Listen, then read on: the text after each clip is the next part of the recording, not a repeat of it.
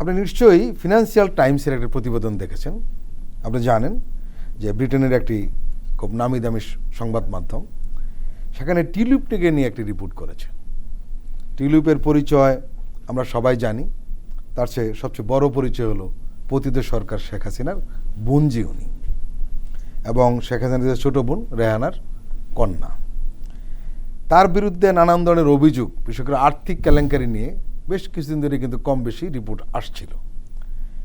কিন্তু ফিনান্সিয়াল টাইমসের যে প্রতিবেদনটা শুক্রবার রাতে এটা প্রকাশ হয়েছে, এবং সেখানে কিন্তু আরও স্পষ্ট করে বলা হয়েছে উনি আসলে এমন একজন লোকের কাছ থেকে বিনামূল্যে ফ্ল্যাট নিয়েছেন যার সঙ্গে আওয়ামী লীগের রাজনীতির সম্পর্ক রয়েছে, এবং তিনি পালিয়ে যাওয়া প্রধানমন্ত্রী শেখ হাসিনার ঘনিষ্ঠ ব্যক্তি হিসেবে পরিচিত, যার নাম আব্দুল মুতালিফ। আপনি নিশ্চয়ই প্রতিবেদনটি দেখেছেন? আমি দেখছি।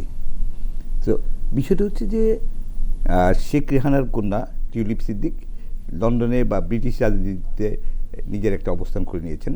তিনি ব্রিটিশ সরকারের মন্ত্রীর মর্যাদায় আছেন এখন। সো তার সম্পর্কে যখন রিপোর্ট হচ্ছে, এটা আসলে শুধু বাংলাদেশের ইস্যু থাকছে না, এটা ইউরোপের পুরো ইউরোপ বা পুরো পাশ্চাত্য বিশ্বই আসলে খুব বিস্মিত হচ্ছে যে ব্রিটিশ মন্ত্রীর মর্যাদায় থেকে এই ধরনের দুর্নীতি বা নীতিহীন কাজ কখনোই সাধারণত ঘটে না। সো ব্রিটিশ যে গণতন্ত্র সেটা বহু বছরের, কয়েক শতাব্দীর, সো মানে শতাব্দী পেরোনো গণতন্ত্র, সেই গণতন্ত্রে এই ধরনের ঘটনা আসলে অস্বাভাবিক এবং অনভিপ্রেত। সো যে কারণে এটা শুধু বাংলাদেশের ইস্যু না, এটা বিশ্বের ইস্যু, গ্লোবাল ইস্যু হয়ে উঠছে। এই ঘটনাতেই তার নাম এসছে তা না, বাংলাদেশেও দুর্নীতির জন্য তিনি অলরেডি অভিযুক্ত। তিনি, তার খালা পতিত প্রধানমন্ত্রী শেখ হাসিনা, তার মা শেখ রেহানা, তাদের কিংবা তার কাজিন জয়, তাদের নিয়ে অলরেডি দুর্নীতির তদন্ত চলছে, দুদক তদন্ত করছে। সেখানে 9টি প্রকল্পে 80,000 কোটি টাকা আত্মসাতের অভিযোগে দুদক তদন্ত করছে, এবং সেই তদন্তেও তাকে হয়তো মুখোমুখি হতেই হবে, হয়তো না, নিশ্চিতভাবেই তাকে মুখোমুখি হতে হবে, তদন্তের মুখোমুখি হতে হবে, বিচারের মুখোমুখি হতে হবে, এটা আমরা বুঝতে পারছি। মধ্যস্থতা করেছিলেন তিনি, ব্রিটিশ গভর্নমেন্টের মানে এমপি ছিলেন তখন, তিনি ব্রিটিশ পার্লামেন্টের এমপি ছিলেন। ব্রিটিশ পার্লামেন্টের এমপি থাকা অবস্থায় 2013-14 সালে তিনি শেখ হাসিনার সাথে মস্কো গিয়ে সেই প্রকল্পে মধ্যস্থতা করেন, এবং এই প্রকল্পে অভিযোগ হচ্ছে যে 3.9 বিলিয়ন পাউন্ড, তা প্রায় 59,000 কোটি টাকা মানে কমিশন বা অন্য যে কোনোভাবেই হোক আত্মসাৎ করা হয়েছে, এবং সেই আত্মসাতের সাথে শেখ হাসিনা, শেখ রেহানা, টিউলিপ, জয়, তাদের বিরুদ্ধে, তাদের পুরো পরিবারের বিরুদ্ধে সেই অভিযোগ আমরা দেখেছি, এবং আমরা সেই মামলারও, সেই বিষয়টিও মামলার পর্যায়ে এসে তদন্ত এবং সুষ্ঠু স্বচ্ছ বিচার আমরা আশা করি।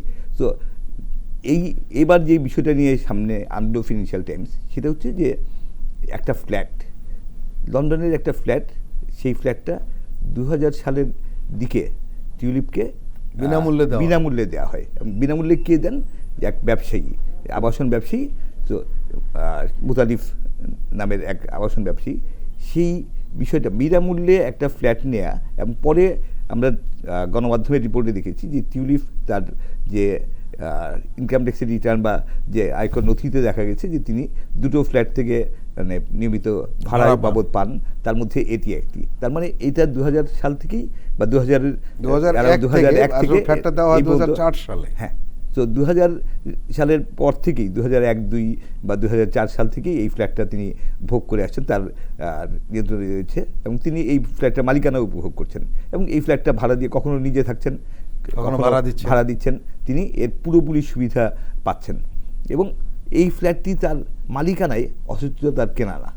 তো না কিনে কীভাবে মালিক হওয়া যায়? একদম বিনা পয়সা, একদমই বিনা পয়সায় এই ফ্ল্যাটটি তাকে গিফট করা হয়েছে, এবং যিনি ফ্ল্যাটটি গিফট করেছেন তার সম্পর্কে আমরা এখনও খুব একটা বিস্তারিত জানতে পারিনি, কিন্তু আমরা নিউজে দেখেছি যে তিনি যে মুতালিফ সাহেব যে বাড়িতে থাকতেন, সে বাড়িতে এখন অন্য একজন ভদ্রলোক থাকেন, যিনি 2014 থেকে 2024 পর্যন্ত 10 বছর বাংলাদেশে আওয়ামী লীগের এমপি ছিলেন।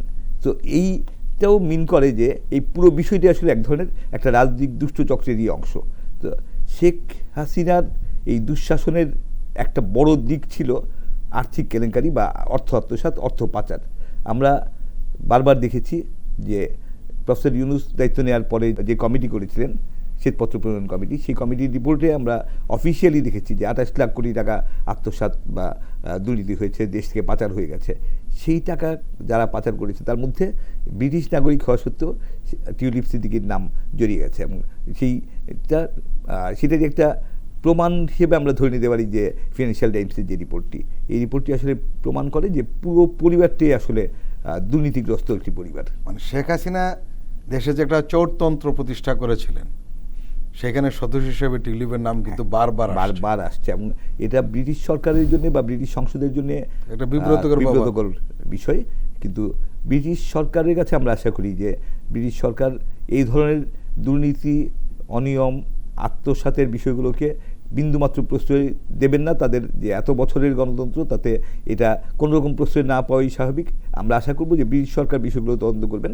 যে চোরতন্ত্রের কথা আমরা বলছি বারবার, সেই চোরতন্ত্র বা অর্থ পাচার কিংবা কমিশন বাণিজ্য, এই বিষয়গুলো আরও অনেক বেশি আন্তর্জাতিক পর্যায়ে গ্রহণযোগ্যতা পাবে যখন ব্রিটিশ সরকারের তদন্তের রিপোর্ট সামনে আসবে, ব্রিটিশ সরকারের যখন পদক্ষেপ নেবে ব্রিটিশ সরকার। আমরা আশা করি সেই সময়টা খুব বেশি দূরে না।